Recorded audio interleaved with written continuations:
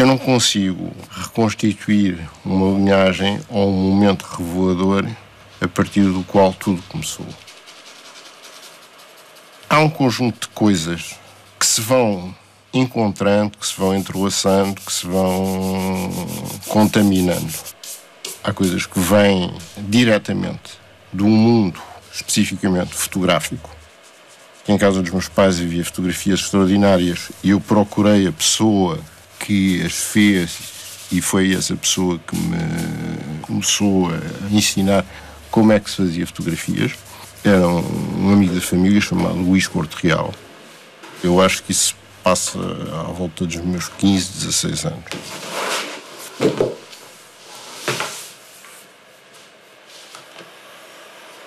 E ao mesmo tempo, eu, por essa idade, já era mais ou menos visitante, frequentador de exposições e ia vendo o que é que se fazia. E começa a surgir, no final dos anos 60, princípio dos anos 70, o aparecimento de artistas que não são exatamente fotógrafos, mas que começam a confluir para o mundo da fotografia. Juntando e olhando para estas coisas, fica traçado um quadro de como é que eu comecei a fazer fotografias.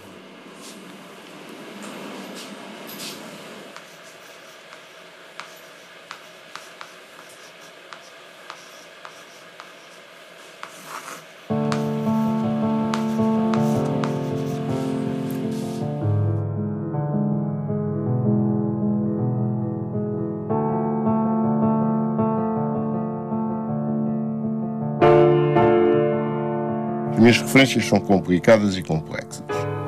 Evidentemente que há referências históricas e que têm a ver com a história da imagem e que têm a ver com a arte. Com a arte que não é exatamente a arte fotográfica, mas é o modo como um mundo se organiza.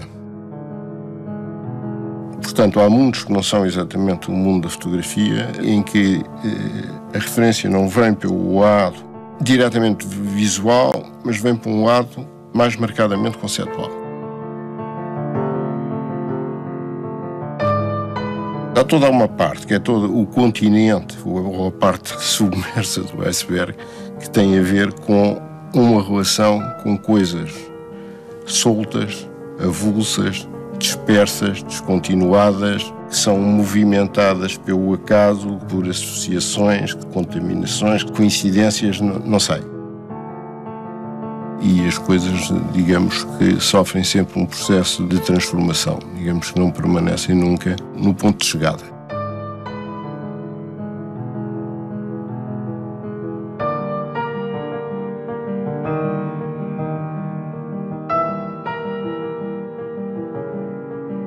O Secret Agent tem uma premissa, chamamos-lhe assim, que é uma história. Mas que é uma história que pode encontrar desempenhos e desfechos e desenvolvimentos diferentes. Eu nunca montei a série toda, porque a série é enorme, mas das vezes que montei tive sempre a preocupação de montar as coisas de forma diferente, no sentido de instigar leituras tão diferenciadas quanto possível.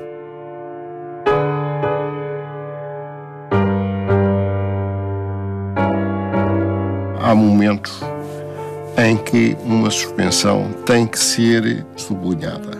A questão do movimento é muito importante, porque ela prolonga qualquer coisa e, ao prolongar, acentua o caráter de suspensão.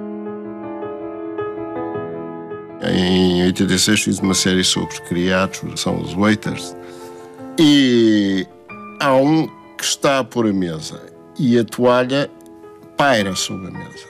E eu acho que se fosse um movimento fixo, esse aspecto operativo estaria ausente. E nesse sentido, há como que de facto esse tal marcador de cor que torna esse movimento mais vivo, mais preciso. A nitidez, por vezes, está ligada a um caráter visual, no sentido de ser uma imagem com maior definição. Mas por vezes não. Por vezes, para se ver uma coisa melhor, é preciso retirar-lhe alguma nitidez. Às vezes, a nitidez excessiva contribui para a ocultação de algo e não para a sua revelação.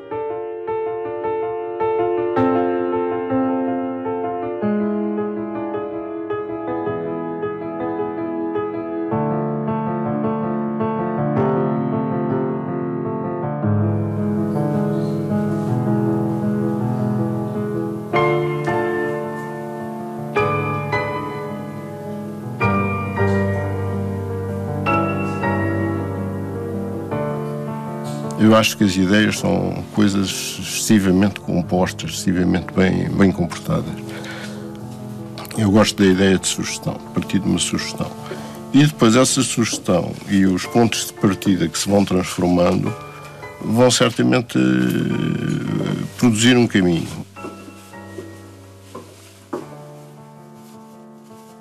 Eu, mas como todas as pessoas, tenho problemas de sono e problemas de vigília, de insónia. E muitas das coisas que faço estão ligadas a isso. Esse é um lado que tem uma importância pesada, quer dizer, o peso do sono, do sonho e do não sono.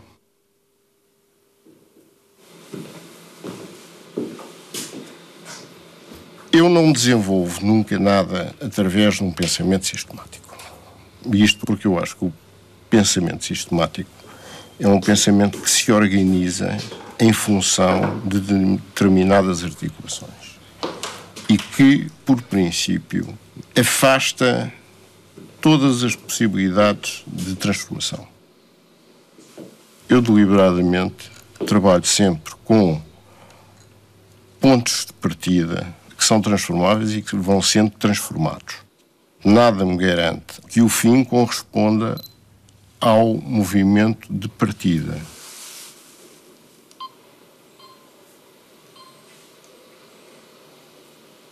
Eu faço imagens em que eu intervenho, por vezes através de substitutos.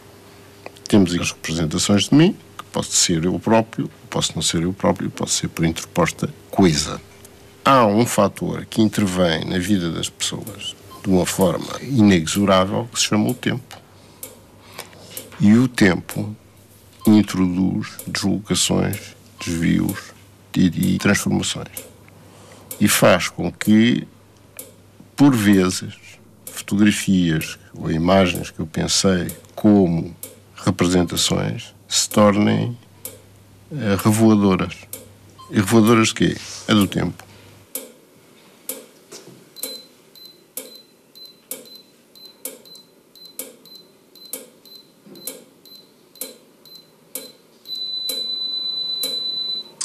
Dois aspectos que são frequentes, se não permanentes, no meu trabalho, que é a questão do espaço, não é muito grande, é pequeno, e a questão do negro. O negro é um sítio onde as coisas nascem e onde as coisas vão desaparecer. E sem dúvida que se há alguma coisa que me marcou muito é a questão do quadrado e do quadrado negro. O branco é muito complicado. E eu explico porquê. A luz é determinante nas minhas imagens. E o branco não tem luz. Só num quarto escuro é que tu podes ver um raio de luz. Tu não podes ver um raio de luz na natureza, porque não existem raios de luz no branco. Por isso, eu perguntei-me desde há muitos anos porquê é que eu me sinto atraído pelo preto. É que no preto podem ver-se coisas. No branco não se podem ver coisas.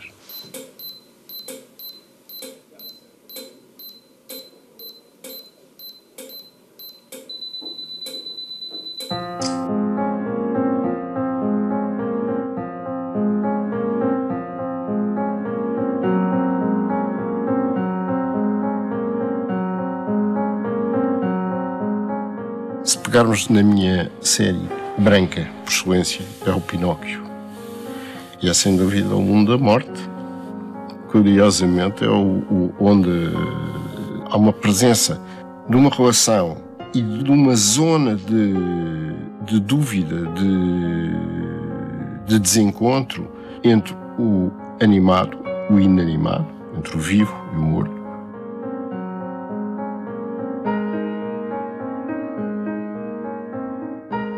O Pinóquio é uma série atípica.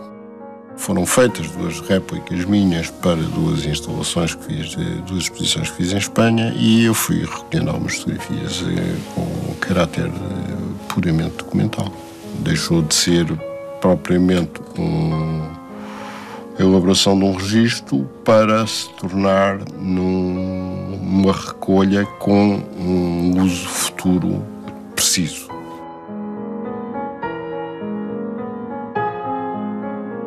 Tem qualquer coisa de mortuário. É uma imagem de mim, de uma imagem de uma réplica de mim. Há as fotografias que têm olhos e há as fotografias que não têm olhos.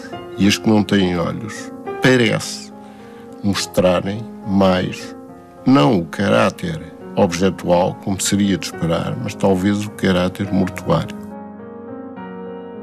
Como as outras, que não têm nem olhos nem nada, aproximam-nos do que poderia ser uma representação anatómica.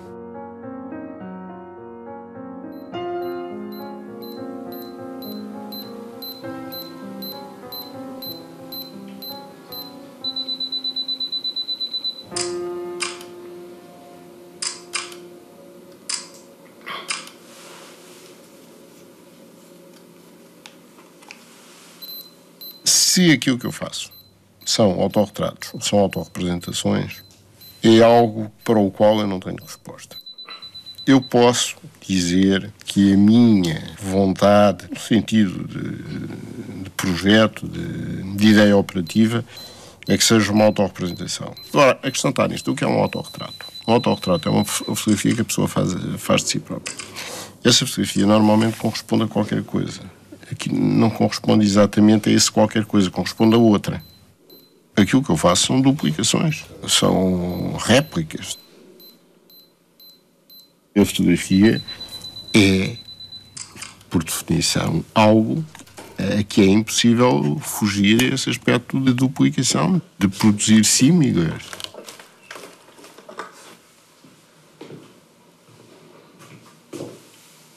Porque é que eu faço sempre fotografias em que me uso a mim próprio? Isso corresponde a qualquer coisa que eu desejo. Desejo assegurar, na medida do possível, uma continuidade. Desejo assegurar, por exemplo, uma disponibilidade. Mas, ao mesmo tempo, nós encontramos o encontrar-se e encontramos o fugir, que é a questão da máscara. A máscara, no fundo, estabelece um limite entre essas duas coisas, o revelar-se e, ao mesmo tempo, ocultar-se.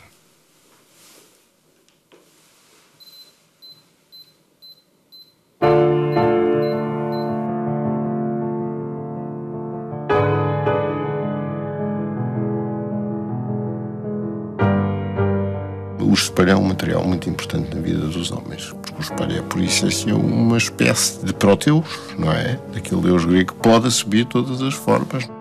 É uma coisa que é reveladora de uma multiplicidade completamente assustadora. Pode multiplicar tudo, até a própria luz. Eu, nos últimos anos, fiz uma série em formato vertical, que é a condição humana. É uma fotografia em 13 partes, pensados e organizados como se fossem espelhos de uma alfaiataria. Esses espelhos que acompanham aquele nosso olhar, por vezes direto, por vezes de soslaio, a ver como é que está a ficar o fatinho. Não é uma relação de grande inquietação filosófica, mas é uma relação de transposição direta de um mundo visual que eu ainda conheci.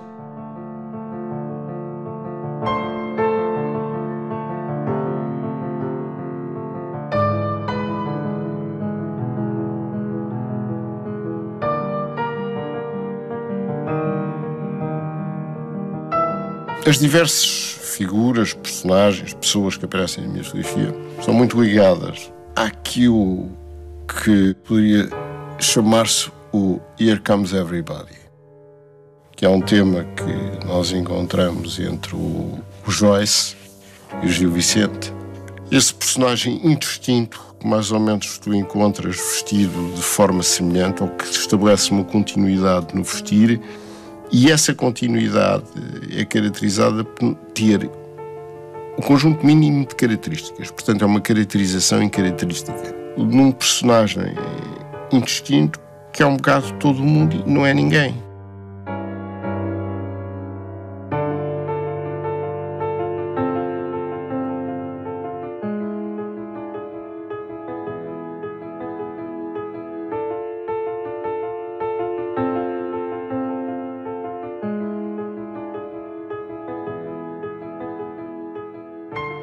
Há dois tipos de artistas.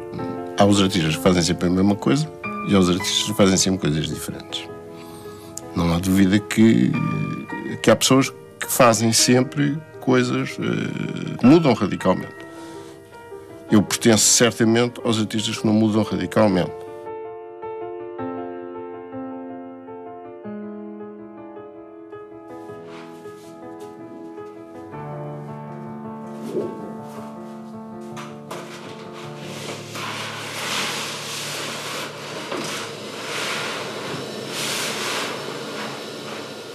Todos os artistas que são extremamente relacionados com o conceito, com a ideia e isso tudo, são sempre tecnicamente muito envolvidos. Desde sempre, a minha relação com a técnica é uma paixão sempre muito temporária. Portanto, aparece sempre outra melhor. Tenho uma utilização sábia da técnica, porque eu só utilizo aquilo que preciso. Não gosto nada de saber coisas de que não tenho necessidade.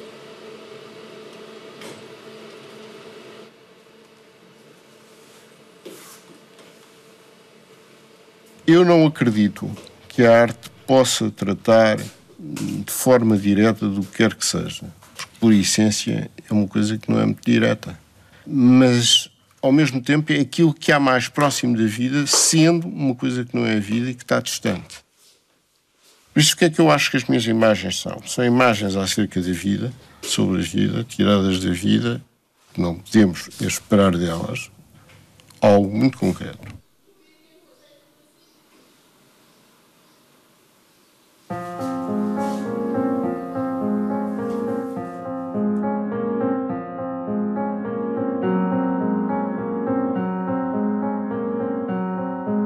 Anatomia Box é um trabalho com um conjunto amplo de preocupações. Eu pensei juntar dois eixos, que são o palco anatómico, onde o corpo é visto e é mais ou menos dissecado, no sentido de se poder intervir de uma forma desarticuladora, desmembrante, e o ringue de boxe, onde o efeito de devastação de um certo tipo de violência pode, de facto, igualmente acontecer. A isso se junta um conjunto de imagens que têm a ver com a queda, com a agressão, com o impacto da violência, com o impacto do êxito. Junta, agrupa coisas que vêm um pouco dos lados.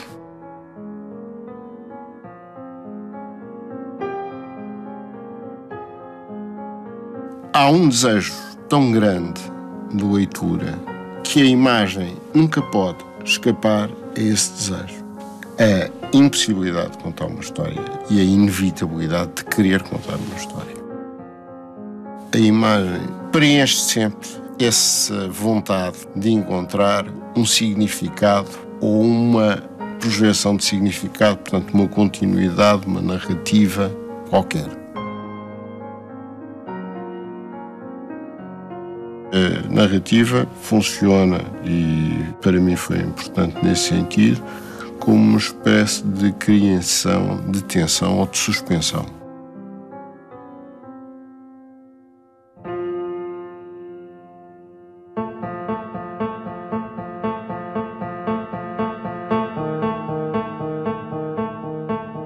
O Nox, a série que eu apresentei em 1999 na Bienal de Veneza, é uma história que tem a ver com o filme do Fritz Lang, que se chama Manhunt, ou uma coisa assim. E que começa com um homem que tem ao alcance da carabina o Hitler e que não dispara. E depois vai passar o resto do filme a tentar ver se o volta a encontrar para o matar. E vai viver grandes peripécias. É óbvio que o filme é um filme interessante, mas o que me interessou não foi exatamente o filme. Foi um artigo que o João Benard escreveu sobre o filme. E eu acho o artigo bem melhor que o filme do Fritz Lang.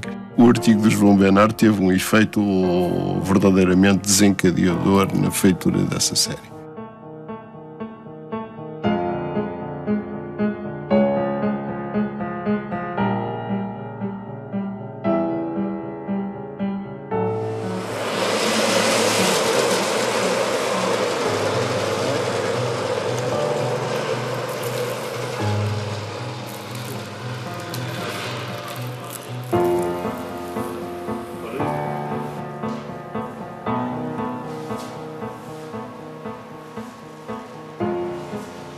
Eu acho que um artista que crie para os espectadores, que, portanto, preencha as expectativas, é de facto uma situação extremamente perigosa. Por outro lado, o artista que diz assim, eu estou-me nas tintas completamente se tenho espectadores ou não, isso não é nunca verdade. Isso é uma coisa que se pode, é uma botada. Para mim, como artista, o público existe, certamente, mas não existe de uma forma concreta e não existe de uma forma de expectativa. Não me sinto vinculado a preencher expectativas.